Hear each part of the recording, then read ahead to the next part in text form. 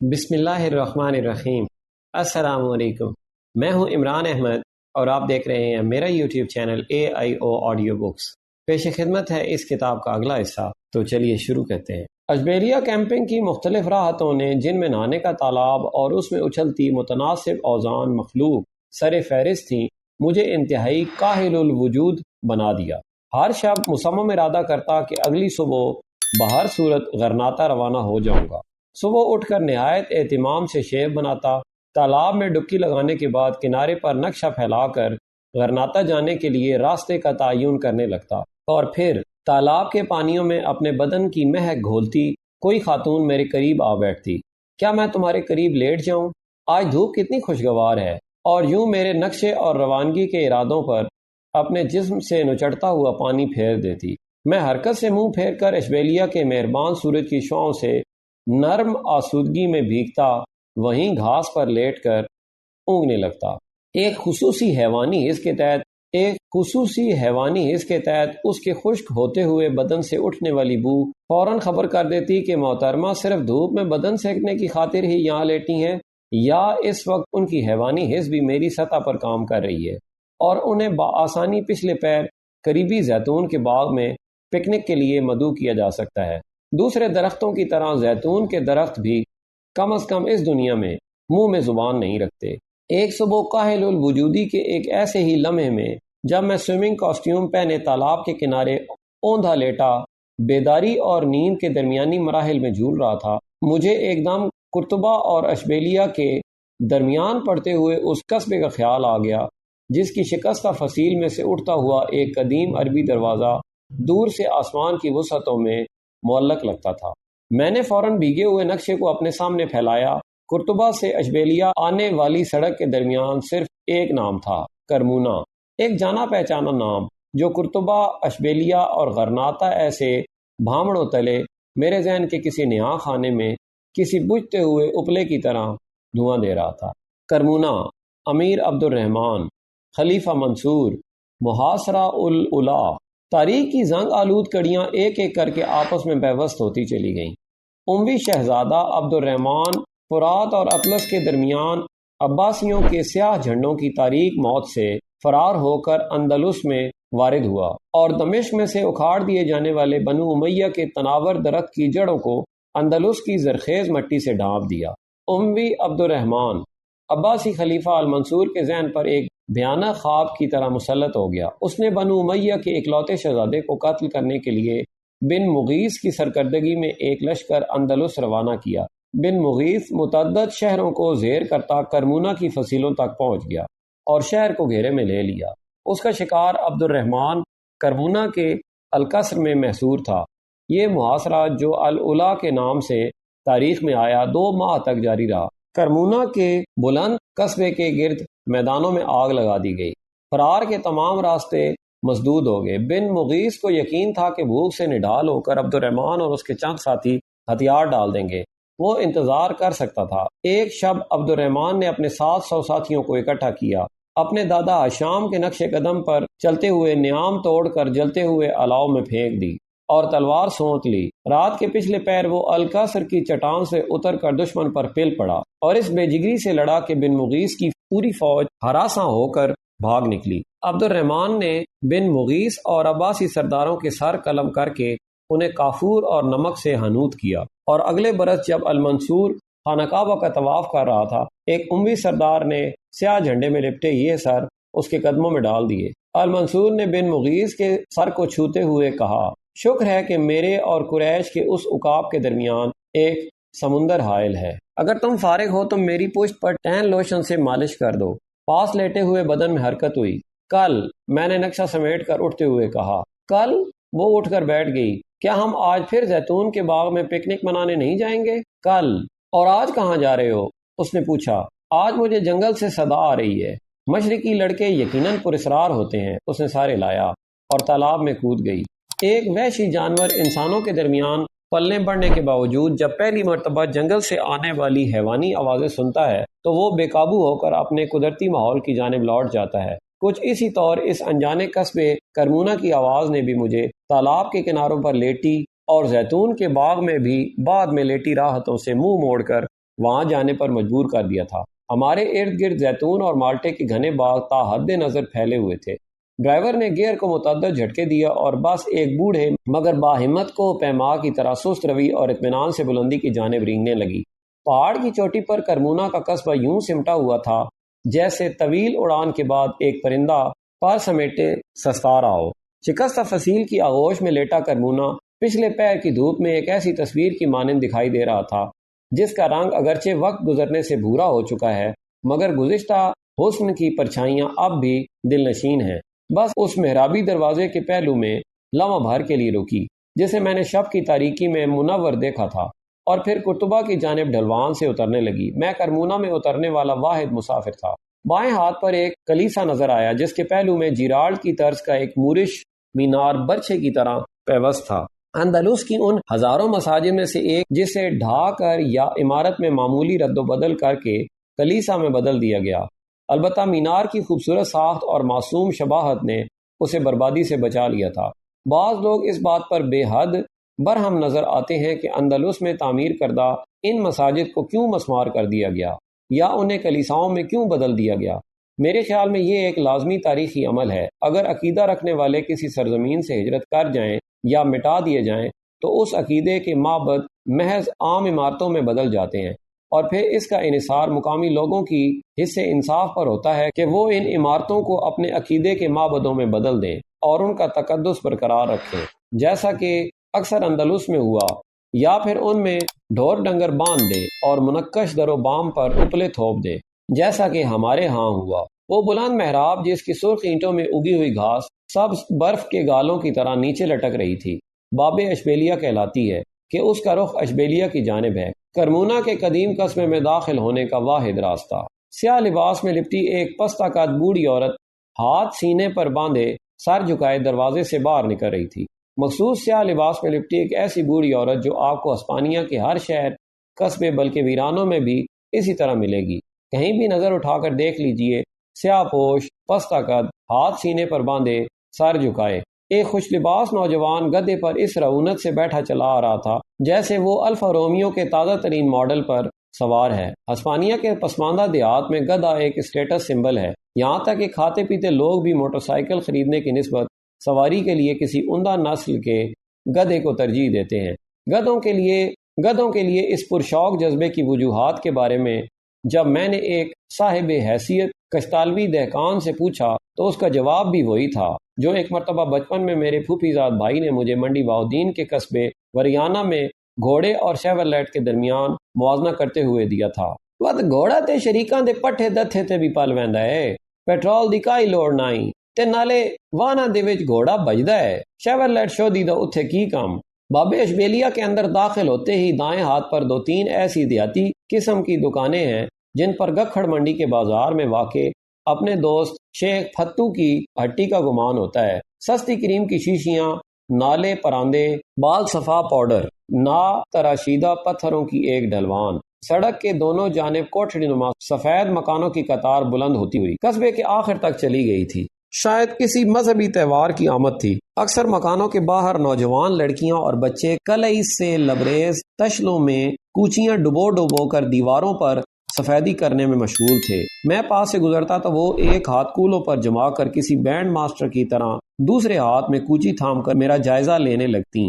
ہسپانوی زبان میں فقرے بھی کسے جاتے۔ اس مقام پر تلمیذ حقانی بہت یاد آئے کہ موصوف پورے 2 برس ہسپانوی زبان سیکھنے کے بعد جب کسی سیاح خاتون سے ہم کلام ہوتے، ہیلو سینوریتا کے بعد کان کھجلا کر کھانستے ہوئے فرماتے، ہن تسی ہمت کرو، ساڑی ہسپانوی تے مک گئی ہے۔ بہرحال ان فکروں پر میرا رد عمل وہی ہوتا جو گوال منڈی میں سے گزرنے والے غیر ملکی سیاحوں کا ہوتا ہے، یعنی زندہ دلانے لاہور کی ٹھیٹھ پنجابی گالیوں کے جواب میں کندھے سکیڑ کر مسکرا دینا۔ کبھی کبھار ایک آدھ بچہ ان کلئی گھروں سے علیحدہ ہو کر میرے ساتھ ساتھ چلنے لگتا جسے ہمیشہ ڈانٹ ڈپٹ کر واپس بلا لیا جاتا۔ کرمونا قرطبہ یا اشبیلیہ نہ تھا کہ میں ٹورسٹ آفس سے حاصل کردہ نقشے کی مدد سے اس کی گلی کوچوں کے ناموں کا تعین کر کے قابل دید مقامات تک رسائی حاصل کر سکتا۔ اس غیر معروف قصبے میں یہ مقصد صرف بے مقصد آوارہ گردی سے ہی حاصل کیا جا سکتا تھا۔ چنانچہ میں ایک شتر بے مہار کی مانند منہ اٹھائے تنگ گلیوں میں تانگ جھانک کرتا، سنسان چوکوں اور گنجان محلوں میں سرگرداں کسی ایسی عمارت یا کھنڈر کی تلاش میں رہا جو کرمونا کی مورش عہد کے متعلق ہو۔ ایک بظاہر بے آباد گلی میں سے گزر ہوا جس کے آخر میں ایک مورش طرز تعمیر کا 4 پہلو مینار حسب معمول ایک گوتھک طرز کے بے جان کلیسا کے پہلو میں مجبوراً کھڑا تھا، ایک ایسی بیوہ کی طرح جس کا سہاگ لوٹ کر اسے زبردستی کسی ناپسندیدہ مرد کے پلے باندھ دیا جاتا ہے۔ مینار کی سرخ اینٹوں پر کندہ قرآنی آیات دھوپ میں ان گہنوں کی طرح چمک رہی تھیں جو اجڑے سہاگ کی نشانیاں تھیں۔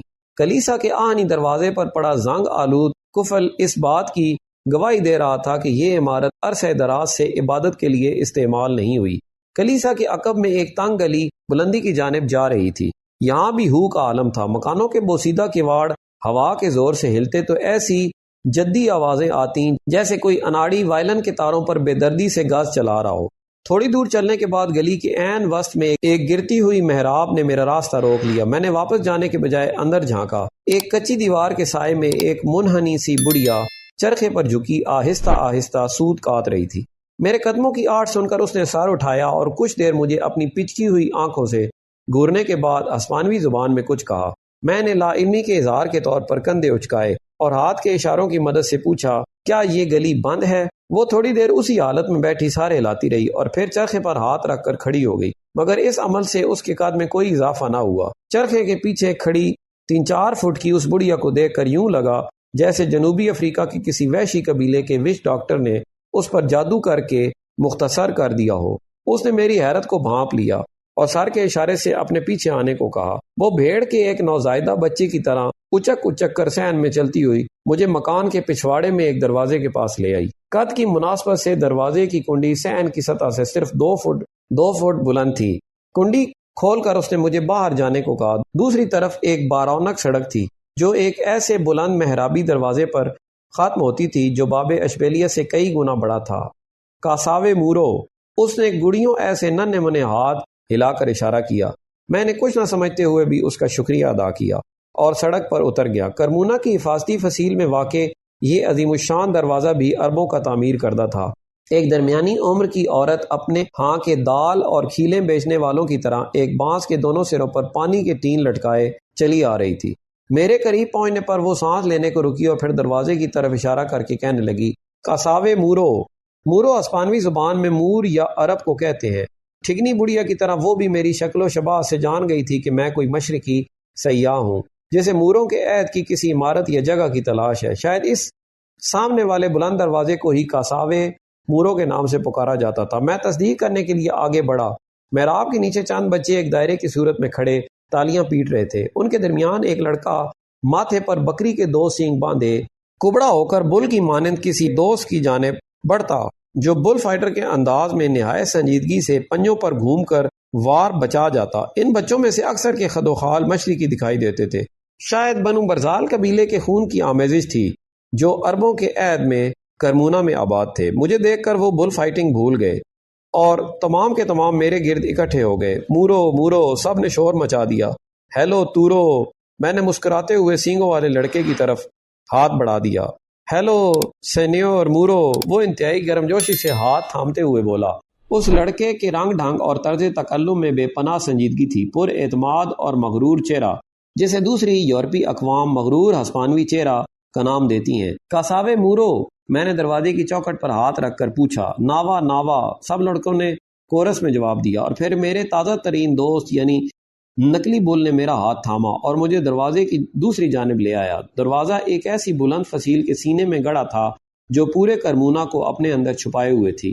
فصیل کے ساتھ ہی گہری کھٹ تھی اور اس سے پرے نشیب میں اندلس کے شاداب میدان تا حد نظر پھیلے ہوئے تھے۔ کاساوے مورو، نگلی بل نے فصیل کے ساتھ اٹھتے ہوئے کچے راستے کی طرف اشارہ کیا اور میرے آگے آگے چلنے لگا۔ راستہ انتہائی خطرناک تھا۔ پاؤں پھسلنے پر میں یقیناً عربوں کے اس قبرستان تک جا پہنچتا جو کھٹ کے خاتمے پر تھا، اور پھر ظاہر ہے وہیں کا ہو رہتا۔ میرے دوست انتہائی نپے تلے قدم اٹھا رہا تھا اور بڑے اعتماد کے ساتھ بلندی کی جانب رواں تھا۔ کبھی کبھار وہ فصیل کے کسی شکستہ پتھر کو دیکھ کر رک جاتا اور ہاتھ پھیلائے سر نہوڑے اس پر حملہ آور ہونے کے انداز میں جسم کو حرکت میں لے آتا۔ اولے، میں اپنا اکھڑا ہوا سانس درست کر کے بمشکل داد دیتا۔ چٹان کی چوٹی پر ایک وسیع رقبے میں شکستہ عمارتوں کے کھنڈر بکھرے ہوئے تھے، ٹوٹی ہوئی محرابیں، ستونوں کے ٹکڑے، سرخ اینٹوں کے ٹیلے، ایک دیوار کے ساتھ چند شکستہ سیڑھیاں جو کہیں بھی نہیں جاتی تھیں۔ مٹی میں دبا ایک دروازہ جس کی چوکھٹ دکھائی دے رہی تھی، البتہ ایک صدر دروازہ ابھی بھی اصلی حالت میں موجود تھا۔ یہ کاساوے مورو تھا، مورو کا قلعہ، عبد الرحمن الداخل کا قلعہ۔ گراسیا، میں نے 10 پسیتے کا ایک سکہ ننھے راہ بر کی طرف بڑھا کر شکریہ ادا کیا۔ ناوا، اس نے انکار میں سارے لایا۔ یو امیگو، اور بھاگتا ہوا نیچے چلا گیا۔ کھنڈرات کا ایک چکر لگا کر میں ایک ٹیلے پر بیٹھ گیا۔ سگریٹ سلگانے کو تھا کہ پھٹے پرانے کپڑوں میں لپٹا ایک باریش بوڑھا جانے کہاں سے نمودار ہوا اور انگریزی میں بولا، سینیور، آپ عربوں کے عہد کے نوادرات دیکھنا پسند کریں گے؟ بوڑھا شکل و صورت سے کسی عجائب گھر کا نگران تو دکھائی نہیں دیتا تھا، پھر اس کے پاس یہ نوادرات کہاں سے آ گئے؟